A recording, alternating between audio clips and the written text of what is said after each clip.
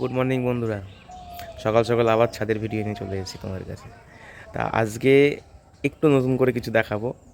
সেটা হচ্ছে শীতের গাছ তো সব বসিয়ে ফেলেছি আর কি। তা কাল বিকেলে বাড়ি ফিরেই দেখলাম না, সময় নষ্ট করে লাভ নেই, বসিয়ে দিই। চলো, কাল স্কুল থেকে বাড়ি ফিরেছি, দেখলাম তাড়াতাড়ি চলে এসেছি 4টের মধ্যে। তাই 6টা ইনকা আর 3টে ডালিয়া অল্প করে এনেছিলাম, এবার এগুলো বসিয়ে দিয়েছি।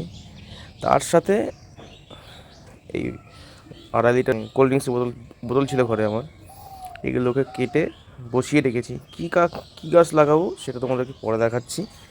আর এইদিকে কালকে আমাকে একজন জিজ্ঞাসা করেছিল যে তোমার এই গাছগুলো কি খাবার দাও, কী করো। দেখো, খাবার কিন্তু সেভাবে করে কিছু আমি দিই না। যেটা দরকার হয় এই বোগনভিলিয়া গাছে সেটাই দিই। বরঞ্চ আমি বলবো যে আমি কিন্তু গাছগুলোকে সেভাবে শেপে আনতে পারিনি এখনও পর্যন্ত। মানে আমার গাছের বয়স 8 মাস 9 মাস, গাছের বয়স এক একটার বয়স খুব বেশি দিন হয়নি।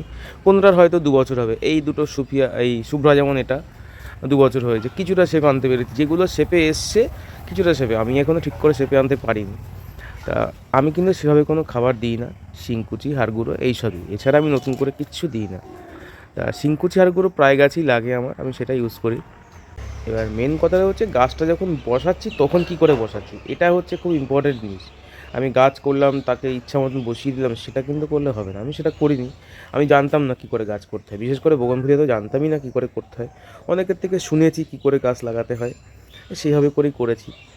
এবার দেখা যাক কতটা কী হয়। আর ফল তোমাদের সামনেই আছে, দেখো, আমি আগেও দেখেছো, তোমরাই দেখতে পাচ্ছ কীরকম কী ফল পাচ্ছি আমি। তা এই আর কি আছে। তাও অনেক ভ্যারাইটি আমার কাছে এখনও ফুল ফোটেনি এখনো, সেগুলো হয়তো হবে কিছুদিন পরে।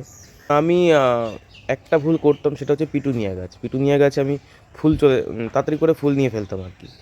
তা এটা আমি এবার করবো না। আমার দিদি আমাকে বললো ফুল আসলে তুই কেটে দে, ওখান থেকে একটা ব্রাঞ্চ বেরোবে। দেখছি, হ্যাঁ, ও যে কথাটা বলেছে ঠিকই। মানে ছোটো ছোটো কিছু না, মানে জানতে হয় সবার থেকে যে কী করে কী ভালো ফল পাওয়া যায়, সেটাই করেছি আর কি। এখনও করে যাচ্ছি আর কি সেটা। তা আমি তোমাদেরকে বলে রাখি, আমি বোগনভিলিয়ার খাবার, বোগনভিলিয়ার কী করে ট্রিটমেন্ট করেছি আর কি, এটা নিয়ে একটা স্পেশাল ভিডিও আমি তোমাদের জন্য রাখবো, তোমরা সেটা দেখে নিও। তা আজ আর ভিডিও বড় করছি না, এখানেই শেষ করছি। টাটা।